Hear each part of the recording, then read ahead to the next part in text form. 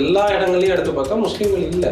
அப்போ திமுகலேயே கூட முஸ்லீம் பிரதிநிதித்துவம் யார் இருக்கிறா? இந்த சிக்கல் வந்து திமுக கிட்ட இருக்குது, காங்கிரஸ் கிட்ட இருக்கு. இந்த சிஸ்டம்ல இந்த சிக்கல் இருக்கு. இந்த ரூம்ல யானை இருக்கு, ஆனா அதை பத்தி நான் பேச மாட்டேன். காகிதம் இல்லத்தை நோக்கி நேரு வந்து கேள்வி கேட்கிறார், நீங்க ஏன் வந்து இந்த தொப்பி போடுறீங்க, மதவாத தொப்பி தானே. அதுக்கு காகிதம் இல்ல சொல்றாரு, அப்ப நீங்க போடுறது தொப்பி என்ன? இஸ்லாமோபோபியா இருக்குன்றத முதல்ல அங்கீகரிக்க வேண்டியது இருக்கு. ரயில்வே போலீஸ் ஆஃபீஸர் இதே தாடி வச்சு மதுரையாதீனம் தொப்பி வச்சு யாரோ ட்ரெயின்ல போற ஒரு பையனையை ஷூட் பண்றாங்க. அந்த சிசிடிவி ஃபுட்டேஜ் இப்பயும் இருக்கும், நெட்ல பாருங்க.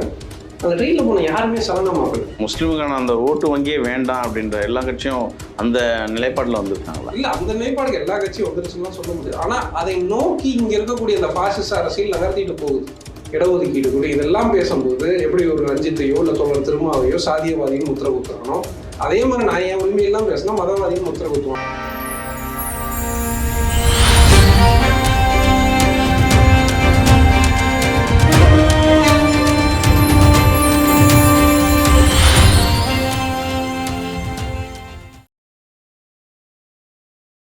வணக்கம் தோழர். பாஜக வந்தால் இஸ்லாமியர்களுக்கு, அதாவது சிறுபான்மையினருக்கு பெருத்த அடியாக இருக்கும். அது ஒட்டுமொத்தமாக இந்தியாவில் நம்ம இப்போ கண்கூடா பார்த்துட்டு இருக்கோம். அது எல்லாருக்குமே தெரிஞ்ச விஷயம். இது போல பல அப்துல் ஜாஃபர் பாஜகவும் இருக்காங்க, அதிமுகவும் இருக்காங்க, திமுகவும் இருக்காங்க.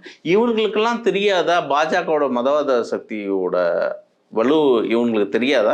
அது புரிதல் இல்லாம இவங்கெல்லாம் செயல்படுறாங்களா? இல்ல, நீங்க அப்துல் ஜஃபார் அதிமுகலையோ அதுதான் நான் சொன்னேன். பிஜேபி வந்ததுக்கு பிறகு எல்லா கட்சிகள்ல இருந்தும் முஸ்லீம்கள் மற்றமையாக்கப்பட்டிருக்கிறாங்க. நான் தொடர்ந்து கொடுக்கக்கூடிய நேர்காணல்கள் எல்லாத்துலயும் திமுகலையும் முஸ்லீம் பிரதிநிதித்துவம் வந்து குறைஞ்சிருக்கு, அதிமுகலையும் குறைஞ்சிருக்கு, காங்கிரஸ்லயும் குறைஞ்சிருக்கு. இப்ப கடந்த எம்பி தேர்தலில் 24 தான். இந்தியா முழுக்க கூட்டி பார்த்தா கூட, எல்லா கட்சிகள்ல இருந்தும் பொறுக்கி பார்த்தா கூட அந்த 500 சொச்சம் எம்பி இதுல வந்து 24 பேர் தான் முஸ்லீம்கள் இருக்கிறாங்க. குறைந்தபட்சம் 77 பேர் இருக்கணும். அப்ப சரி, எம்பிக்கு அதான் நிலைமை.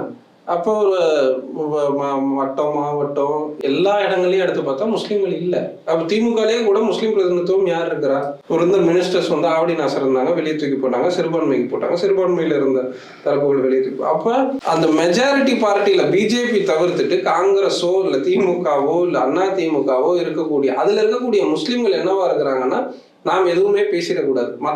மற்ற ஓபிசி கேஸ்ட் இந்துஸ் எல்லாம் தன்னோட ரைட்ஸ் பேசுறான், தன்னோட அதிகாரம் எனக்கு வந்து இவ்வளவு பவர் ஷேரிங் வேணும்னு பேசுறாங்க. அப்ப முஸ்லீம்களோட ஓட்டு, முஸ்லீம்களோட அதிகாரம் செல்லத்தக்கதாக, அதாவது என்ன சொல்றது, வேலிட் இல்லாத, குறிப்பிட்ட ஒரு சாதின்னா அவங்களுக்குன்னு ஒரு கட்டமைப்பு இருக்கு, அவங்களுக்கான தலைவர் இருக்காங்க, இப்படி எல்லாம் சொல்ல வரீங்க.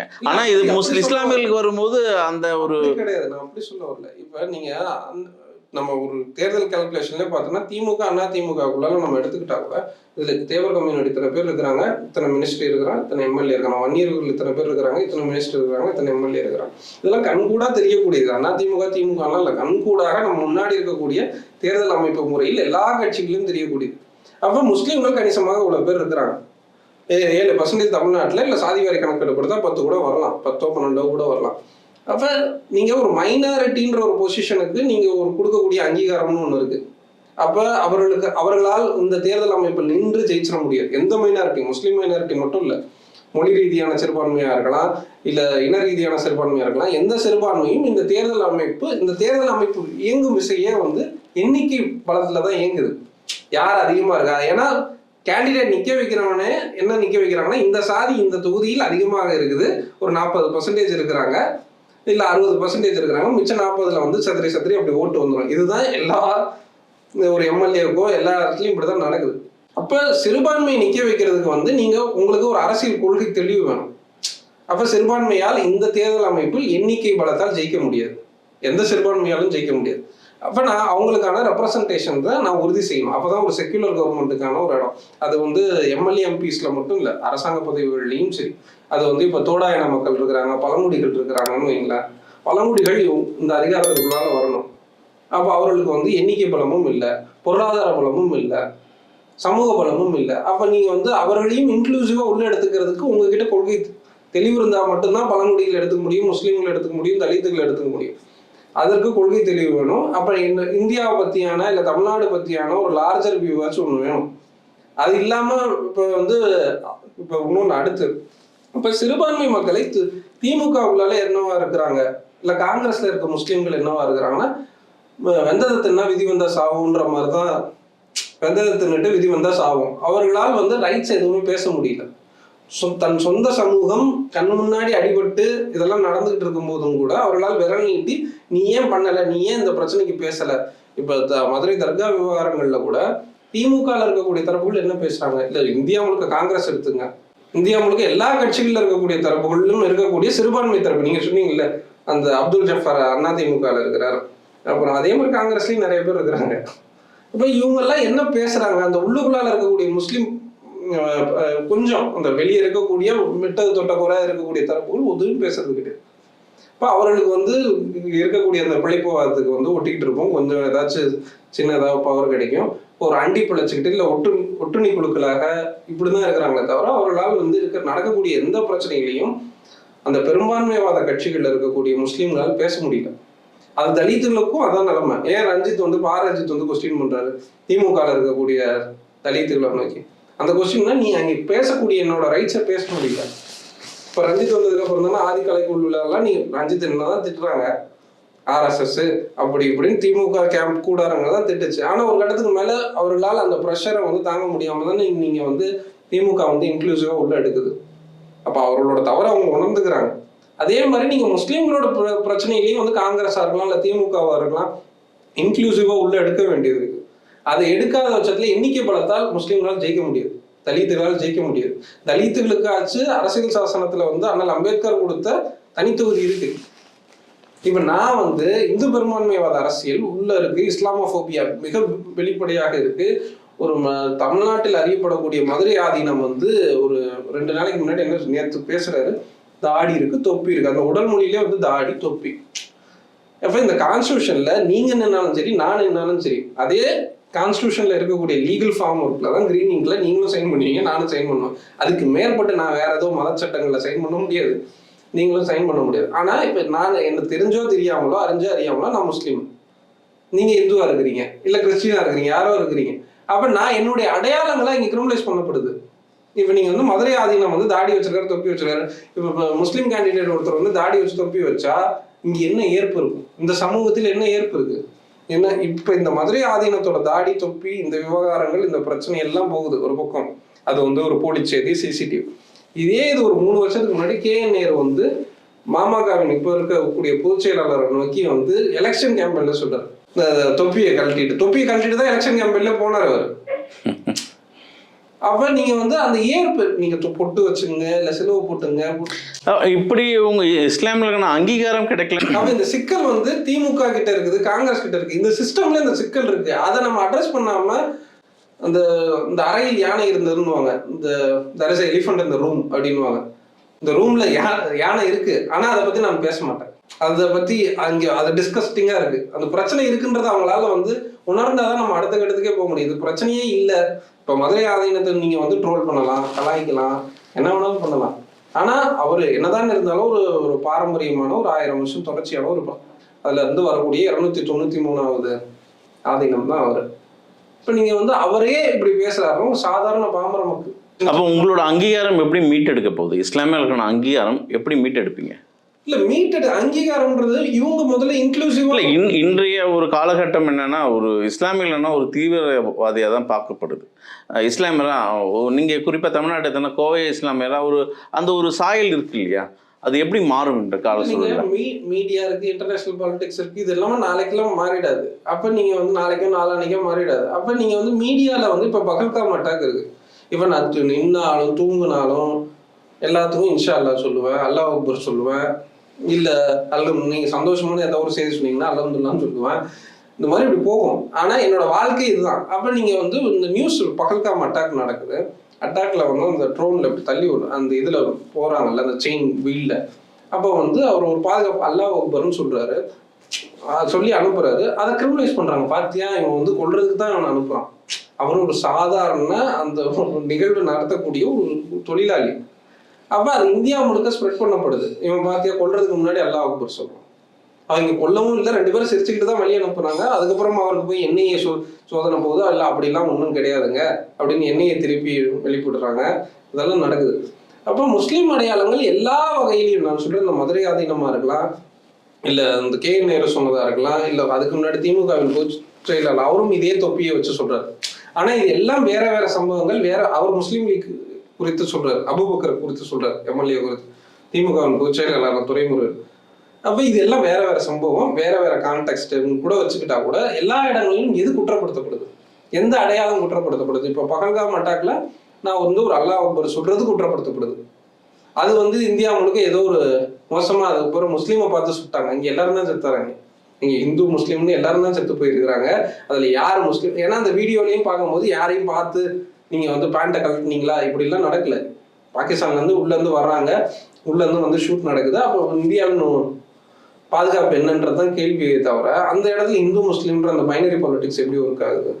அப்ப இந்து பெரும்பான்மைவாத அரசியலையும் இந்துத்துவ அரசியலும் மிக தீவிரமாக எல்லா வகையிலும் நீங்க வந்து லவ் ஜிகாத்து, லேண்ட் ஜிகாத்து, மார்க் ஜிகாத்து, மார்க்ஸ்னா மார்க்கை வந்து கொள்ளையடிச்சு எப்படி அடிக்கிறாங்கன்னு தெரியல, மார்க் ஜிகாத்து, டான் ஜிகாத்து, வெள்ள ஜிகாத்து, இந்த மாதிரி முஸ்லீம் அடையாளங்கள் எல்லா விஷயத்தையும் கிரிமினலைஸ் பண்ணப்படுது, குற்றப்படுத்தப்படுது. இதை நோக்கி அப்ப நீங்க இஸ்லாமோபோபியா இந்த மண்ணில் இருக்குதுன்றத முதல்ல செக்குலர் பார்ட்டிஸ் முதல்ல அங்கீகரிக்கணும். ஆமா, இப்ப எப்படி ஒரு சாதி ரீதியான வன்புணர்வோ இல்ல தாக்குதலோ நடக்குன்னா ஒரு குறைந்தபட்ச சட்ட பாதுகாப்பு பிசிஆர் ஆக்ட் இருக்கு. அது வந்து முழுமை அடைஞ்சிச்சா, பிசிஆர் ஆக்ட் எல்லாம் சரியாயிடுச்சா அப்படின்லாம் சொல்லு. இப்போ குறைந்தபட்ச பாதுகாப்புக்கு வந்து பிசிஆர் ஆக்ட் இருக்கு. அப்போ முஸ்லீம்கள் மீது இவ்வளவு வெளிப்படையா பார்லிமெண்ட்லயே கூட ஒரு எம்பியை நோக்கி, டேனி சலீமை நோக்கி தான் பேசினாங்க. நம்ம வச்சு அந்த ட்ராலியை தள்ளுறவரை சொல்றோம், பகல்காம் மாட்டாங்க. பார்லிமெண்ட்ல வெளிப்படையாக ஒரு எம்பியை நோக்கி கீழே ஆண்குறியை வச்சு மிக இழிவாலாம் பேசினாங்க. ஒரு இன்னொரு பிஜேபி நபர் என்ன எதிர்வினை நடந்துச்சு? அப்போ வந்து ராகுல் காந்தி வந்து அன்பின் கடையை துறங்க, இவ்வளவுதான் இங்க எதிர்வினையே, அன்பின் கடையை துறங்க, நீ ஏன்டா அப்படி பேசணும், நீ பேசுனது தவறுன்றதை நோக்கி எதிர்க்கு. இப்போ இந்த சிறுபான்மையர் அப்படி எடுத்துக்கினாவே இது போல இந்த தடங்களும் சரி அடியும் சரி பாஜக வந்த பிற்பாடு தான் உங்களுக்கு நடக்குதா, இல்லை இதுக்கு முன்னாடி காங்கிரஸ் அரசாங்கம் இருக்கும்போது நடந்தது? இல்லை, இது ஸ்டேட் வந்து எல்லா ஸ்டேட்லேயும் மெஜாரிட்டி வந்து மைனாரிட்டியை அப்ரஸ் பண்ணும், அந்த பிரச்சனை அது ஸ்ரீலங்காலையும் நடக்குது, எல்லா இடங்கள்லையும் இருக்குது. அப்போ காங்கிரஸ் பீரியட்லேயே அது வேற வேற வடிவத்தில் இருந்திருக்கு. ஆனால் காங்கிரஸோட உள்ளார்ந்த நோக்கம் வந்து முஸ்லீம் இருப்பான்னு கேட்டால் உள்ளார்ந்த நோக்கம் கிடையாது. ஆனால் இந்த ஸ்டேட்டோட அந்த இன்ஜினோட கன்ஸ்ட்ரக்ஷன் வந்து அது அப்படிதான் இருக்குதுன்றதுனால அந்த இந்து அப்பப்போ அது வெளிப்படும் காங்கிரஸ் கிட்ட. ஆனா பிஜேபி மாதிரி நான் வந்து வெளிப்படையாக நான் வந்து எதிரின்னு அறிவிச்சுக்கிட்டலாம் காங்கிரஸ் இல்லை. காங்கிரஸ் செக்யூலர்னு சொல்லுவோம், ஓரளவுக்கு ஃபார் பெட்டர் செக்யூலராகவும் நடந்திருக்குது. இன்னொன்று காங்கிரஸ்க்குள்ளால இருந்த அன்னைக்கு இருந்த சோசியலிஸ்ட் தரப்புகள் வந்து இந்து பெரும்பான்மைவாத தரப்புகள் வந்து உயர் சாதி இந்துக்கள் உள்ள போய் காங்கிரஸ்குள்ளால அந்த பட்டேலோட இன்னொன்று கேட்ட இந்த தொப்பி விஷயத்துல இன்னொன்று சொல்லுவோம், நம்ம காகிதம் இல்லத்துக்கும் பண்டிட் நேருவுக்கும் வந்து ஒரு கான்வர்சேஷன்ஸ்லாம் நடக்கும்போது நீங்க ஏன் காகிதம் இல்லத்தை நோக்கி நேரு வந்து கேள்வி கேட்கிறார், நீங்க ஏன் வந்து இந்த தொப்பி போடுறீங்க, மதவாத தொப்பி தானே, இந்த தொப்பி வந்து இது பண்ண வேண்டியதானே, அதுக்கு காகிதம் இல்ல சொல்றாரு. அப்ப நீங்க போட்டிருக்கிற தொப்பி என்ன? பண்டிட், அவர் பேரு பண்டிட் ஜவஹர்லால் நேரு தான்.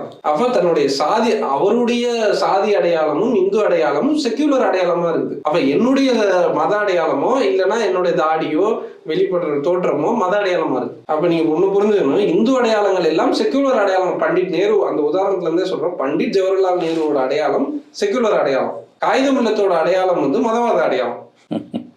அப்ப நம்ம வந்து அப்ப இங்க வந்து ப்ளூரல் பாலிடிக்ஸ் என்னன்றதை பேச வேண்டியது இருக்கு. அப்ப இன்க்ளூசிவா இங்க பல்வேறு சமூகங்கள் இருக்கிறாங்க, பல்வேறு சாதிகள் இருக்கிறாங்க. அப்ப இவங்க எல்லாம் அதுல சின்ன சின்ன முரண்பாடுகள் இருக்கும், மிஸ் அண்டர்ஸ்டாண்டிங்ஸ் இருக்கும், அங்க இங்கே சின்ன சின்ன மோதல்கள் இருக்கும், இதெல்லாம் நடக்கதான் செய்யும். ஆனா அதை வந்து நம்ம கூர்த்திட்டி அதை வந்து ரெண்டு வன்முறையா மாத்துறதுன்றது ஒண்ணு இருக்குல்ல. ஒன்று இப்ப இந்த மதுரை ஆதீனம் விஷயத்திலே வந்து யாரோ ரெண்டு கிளாஷ் ஆகுது சிக்னல்ல, அதுக்கு வந்து தொப்பி தாடின்றது மிக வெளிப்படையாக வெறுப்பு கக்கப்படுத்தல. இப்ப இதெல்லாம் வந்து தமிழ்நாட்டுக்குள்ளதான் நடக்குது. தமிழ்நாட்டுக்குள்ளதான் நீ மாட்டுக்கறி சாப்பிட்றதும், கோயம்புத்தூர்ல மாட்டுக்கறி சாப்பிட்றதும் ஒரு ஸ்கூல் பொண்ணு ஒரு 2 வருஷத்துக்கு முன்னாடி ஒரு டீச்சர் சொல்றாங்க, அந்த டீச்சர் எந்த சஸ்பெண்டும் பண்ணல. இதெல்லாம் தொடர்ந்து நடந்துகிட்டு தான் இருக்கு. அப்ப நீங்க வந்து இஸ்லாமோபோபியா இருக்குன்றத முதல்ல அங்கீகரிக்க வேண்டியது இருக்கு. இஸ்லாமோபோபியா இந்த நாட்டில் இருக்கு. அப்ப இஸ்லாமோபோபியாவுக்கு எதிராக நாங்கள் வந்து பேசணும் அப்படின்றதுக்கு கம்யூனிஸ்டுகளும் அதுக்கப்புறம் இருக்கக்கூடிய செக்யூலர் தரப்புகளும் சோசியல் ஜஸ்டிஸ் பேசக்கூடிய தரப்புகள் ஜனநாயக தரப்புகள் முஸ்லீம்களோட அணி சேர வேண்டியது இருக்கு. அப்ப இவங்க யாரையும் என்னவோ முஸ்லீம் வாய்ப்புகள் இருக்காது, வாய்ப்புகள் இப்போ கண்ணு கெட்ட தூரம் வரைக்கும் இல்லை. ஆனா அதுக்கான வாய்ப்புகளை ஏன்னா எல்லாரும் சேர்ந்த சமூகம் தான் இது.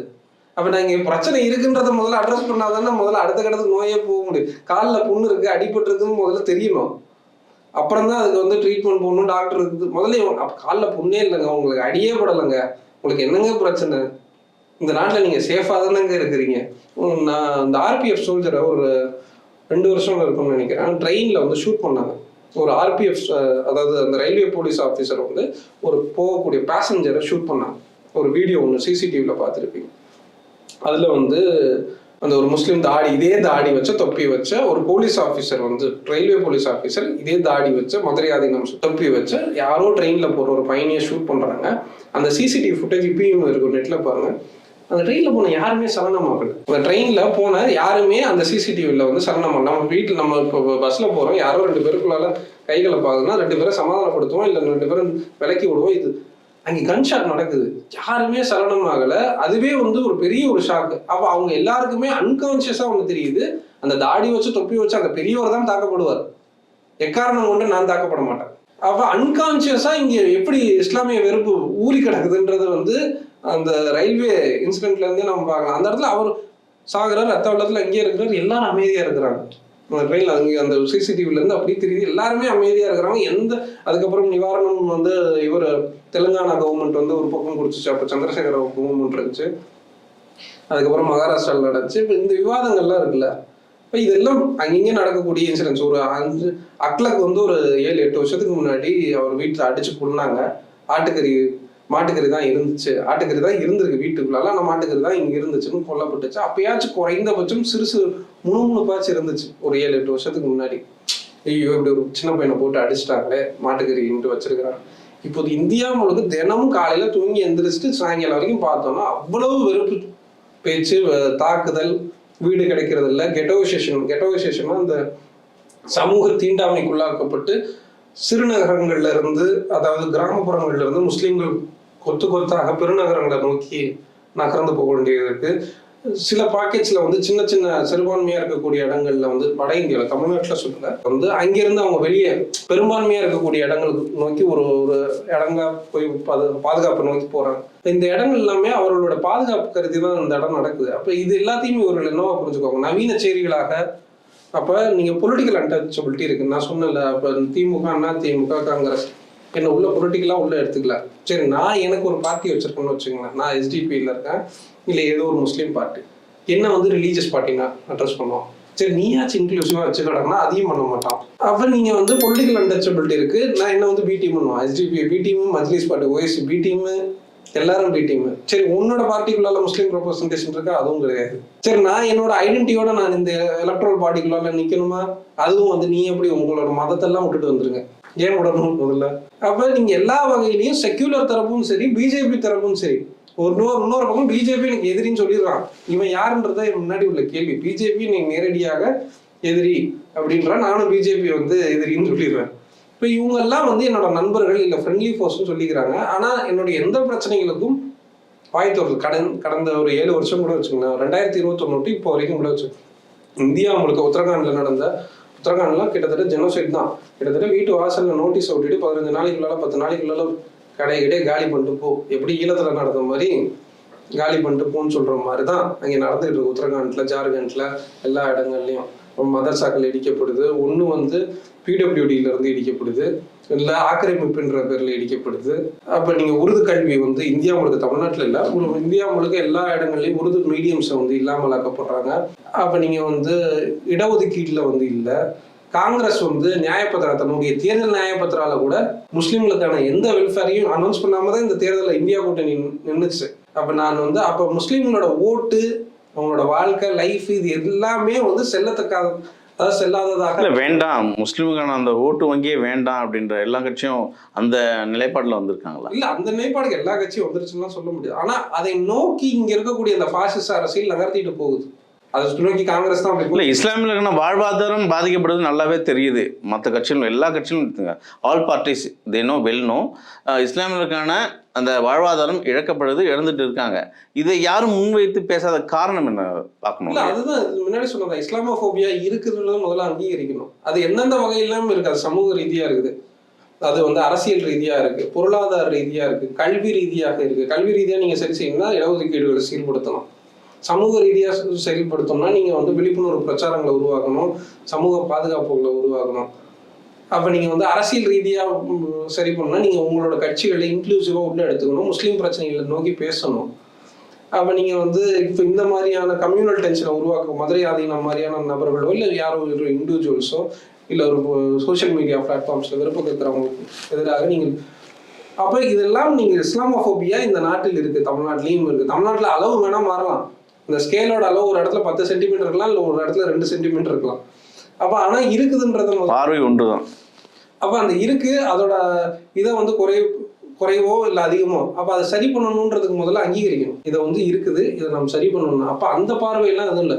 இப்போதைக்கு எனக்கு வந்து முஸ்லீம் ஓட்டு வந்தால் போதும், எலெக்ஷன் வந்துட்டா எப்படியும் திமுக ஓட்டு போட்டுருவாங்க, இல்லை எப்படியும் டிவிகேக்கு வந்து விஜய் வந்துட்டாரு, இஃப்தாரில் கலந்துக்கிட்டாரு, அதனால வந்து டிவிகேக்கு ஓட்டு போட்டுருவாங்க, எதிரிக்கு எதிரி இவன் நண்பன் அப்படின்னாலும் வந்துருவாங்க. அப்படி இல்லைன்னா வந்து வக்ஃபுக்கு வந்து சும்மா ஒரு அடையாளமாக ஒரு 4-5 போராட்டங்களை செஞ்சுட்டா, இப்போ வக்ஃபு லேண்டை வந்து இந்தியா முழுக்க சட்டம் நிறைவேறியாச்சு, திருப்பி வந்து ஒரு 6 மாசம் 7 மாசத்துக்குள்ளால போகுது. இந்தியா முழுக்க எல்லா அமைப்புகளும் வந்து போராடுறாங்க, முஸ்லீம் தரப்புகள் எல்லாம். இப்போ மற்ற தரப்புகள்கிட்ட போயிட்டு என்ன பேசுறாங்க இந்த செக்குலர் பார்ட்டிஸ் வக்ஃபுக்கு எதிராக? திமுக நாங்கள் வந்து பார்லிமெண்ட்ல வந்து ஓட்டு போட்டுட்டோம், அது மட்டும்தான் வேலையா? நீங்க மக்கள்கிட்ட போய் என்ன பிரச்சாரம் பண்ணீங்க?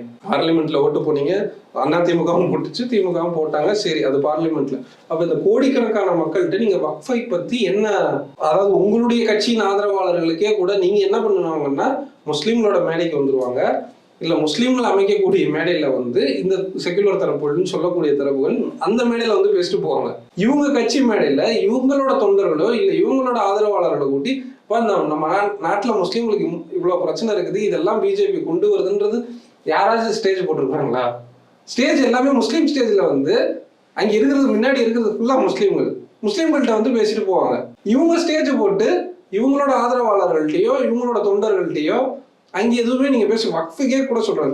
திமுக பேசுறது எல்லாம் முஸ்லீம் ஸ்டேஜ்ல, திமுகவே தனிச்சு ஒரு மேடையை போட்டு இல்ல அதுல குறைஞ்சபட்சம் ஆராசா பேசுறாரு. ஏன்னா அவர் மட்டும் கொஞ்சம் கொள்கையா இருக்கிறதுனால ஆராசா பேசுறாரு, மிச்சம் எல்லாருமே அந்த எலெக்ஷன் பாலிடிக்ஸ் கால்குலேட்டிவ்ல ஓட்டு வந்தா போதும். அப்ப அந்த இடத்துல எல்லா இஷ்யூஸையும் பேச வேண்டியதில்லை. முஸ்லீம் பெண்களோட பிரச்சனைகள்ல வந்து பேசணும், கல்வி ரீதியாக கொடுக்க போறாங்க, வேலை கிடைக்கிறது இல்லை, முஸ்லீம் பேர் இருந்தாவே ரெஸ்யூம்ல பேர் இருந்தாவே மேல ஆட்டோமேட்டிக்கா வந்து ரிஜெக்ட் தான்.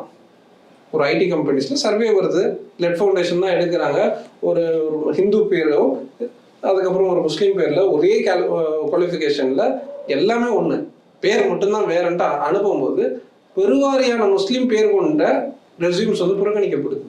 இப்போ இதெல்லாம் எப்படி நடக்குது? அப்ப இந்த சமூகத்தில் இஸ்லாமோஃபோபியா இருக்கு, அது வந்து அளவுல தான் மாறுது. அப்ப நீங்க இது இருக்குதுன்னு முதல்ல அங்கீகரிக்கிறதுக்கு இவர்கள் தயார் கிடையாது. அது அங்கீகரிக்கிறது நீங்க வந்து இஸ்லாமோஃபோபி, இன்டர்நேஷனல் இஸ்லாமோஃபோபி இல்ல, யாரும் தீர்வை நோக்கி பயணிக்கல அப்படின்றீங்க. எலெக்ஷனுக்கு வந்துட்டாங்க, இந்த ஓட்டு வந்துட்டாங்க. இப்போ எஸ்டிபி வந்து அதிமுகவோட கூட்டணியில இருந்தாங்க, கூட்டணியில இருந்து பிரிஞ்சுட்டாங்க. அடுத்து வந்து மாமக திமுகவோட கூட்டணியில இருக்குது. சரி, திமுகவுக்கு எப்படியும் ஓட்டு வந்துடும், இல்லைன்னா டிவிக்கு அந்த பக்கம் இருக்கிறாங்க, டிவிக்கு ஓட்டு வந்துடும், எப்படியும் முஸ்லீம் ஓட்டு வந்துடும், இவங்க டிஃபால்ட்டா போட்டுருவாங்க. நான் பிரச்சனையை வைக்கலாம், யாரும் பேசணும்லாம் அவசியம் கிடையாது. அதுக்கு வந்து எஸ்டிபிஐ பேசினாவோ இல்லை மாமாக்காவோ இல்லை ஓஎஸ்சியோ பேசினாவோ இவங்கெல்லாம் வந்து முஸ்லீம் வாய்ஸை ரேஸ் பண்ணாவே, இப்போ நான் அழுத்தமாக நான் ரேஸ் பண்ணுற பிரச்சனைகள் எல்லாம் இருக்குன்னா இந்த மதவாதி எப்படி தலித்துகள் தன்னுடைய உரிமைகள் எல்லாம் பேசும்போது தலித்துகளை சாதியவாதின்னு முத்திர குத்துறானோ, இந்த சமூகம் பெரும்பான்மை சமூகம் தலித்துகள் தன்னுடைய ரைட்ஸ் எல்லாம் பேசுது. நீ ஏன் எனக்கு சம உரிமை கொடு, எனக்கு வந்து ரோட்ல நடக்கிறதுக்கு உரிமை கொடு, எனக்கு கல்வியில வந்து உனக்கு சம பங்கு கொடு, இடஒதுக்கீடு கொடு, இதெல்லாம் பேசும்போது எப்படி ஒரு ரஞ்சித்தையோ இல்லை தோழர் திருமாவையோ சாதியவாதின்னு முத்திர குத்துறானோ, அதே மாதிரி நான் என் உரிமையெல்லாம் பேசினா மதவாதின்னு முத்திர குத்துவோம். ஆனா அங்க என்ன நடக்குதுன்னா தலித்துகளோட பிரச்சனை ஓரளவுக்கு வந்து இங்க இருக்கிறவர்களால் புரிஞ்சு கொள்ள முடியுது. அப்போ முஸ்லீம்னு வரும்போது இவங்களோட ஹிந்து செக்குலர் நோஷன்ஸ் எல்லாம் டிஸ்டர்ப் ஆகுது. தலித்துகளோட பிரச்சனையாச்சும் அந்த அந்த இந்து சாதி இல்லை, இதுல எப்படி நம்ம வேறுபட்டு பார்க்குறது? சாதிய ரீதியா இருந்தாலும் அவங்க இந்துக்களா இருக்கிறதுனால இந்த பிரச்சனை எல்லாம் இருக்கா?